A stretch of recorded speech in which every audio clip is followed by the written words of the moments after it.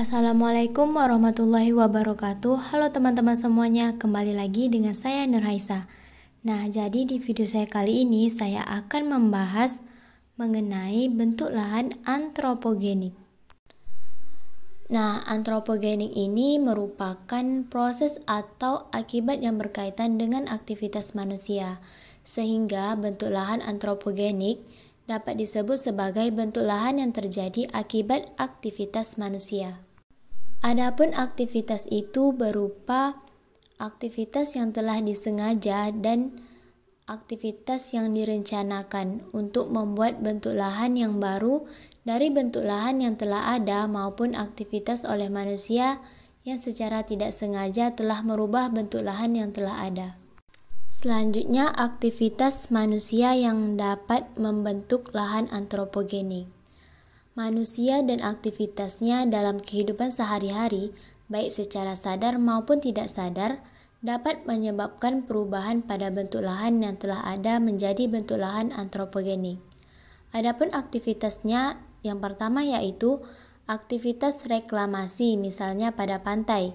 Yang kedua, aktivitas pembangunan pemanfaatan lahan yang menyebabkan perubahan yang mencolok pada bentuk lahan. Yang ketiga, aktivitas penambangan atau pengambilan material yang dapat menyebabkan perubahan pada bentuk lahan. Selanjutnya yaitu contoh bentuk lahan antropogenik. Yang pertama, reklamasi.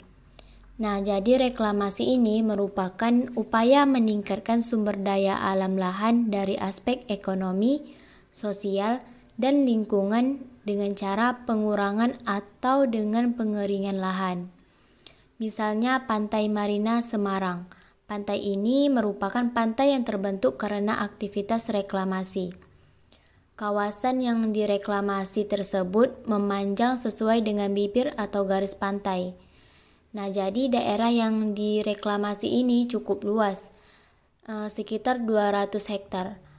Material yang digunakan berupa batuan vulkanik dan breksi.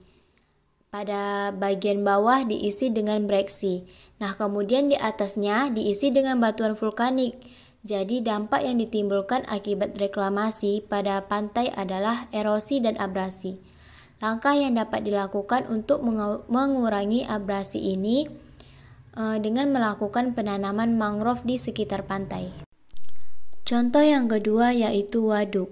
Waduk adalah kolam besar tempat penyimpanan air sediaan untuk berbagai kebutuhan.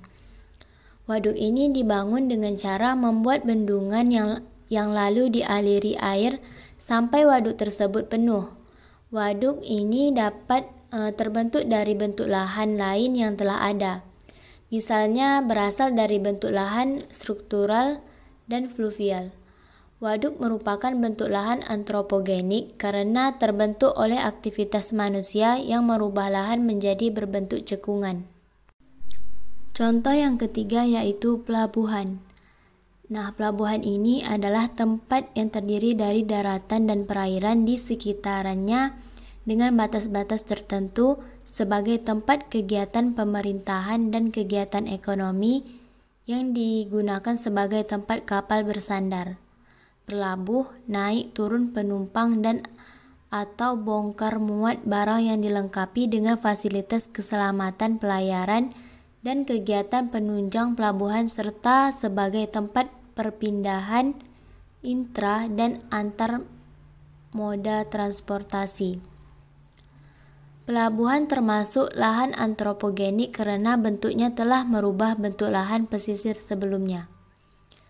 Adapun dampak paling menonjol pada terbentuknya pelabuhan ini adalah adanya abrasi dan intrusi. Kedua fenomena ini dapat dicegah dengan penanaman hutan bakau di daerah pesisir. Bangunan penahan gelombang juga dibutuhkan untuk memperkecil adanya abrasi. Selanjutnya, contoh yang terakhir yaitu penambangan pasir. Penambangan pasir termasuk ke dalam lahan antropogenik karena aktivitas tersebut merubah bentuk lahan yang berbukit. Selain itu, penambangan pasir juga dapat mengakibatkan erosi dan sedimentasi serta menurunkan keanekaragaman flora dan fauna. Misalnya Bukit Ngoro yang terletak di sekitar daerah perbukitan dan Patahan, Watu Kosek, Mojokerto. Bukit ini merupakan bukit dari bentuk lahan asal struktural yang kemudian telah mengalami degradasi akibat aktivitas masyarakat sekitar, yaitu adanya penambangan pasir dan pengambilan material yang dimanfaatkan sebagai tanggul lumpur lapindo di Sidoarjo.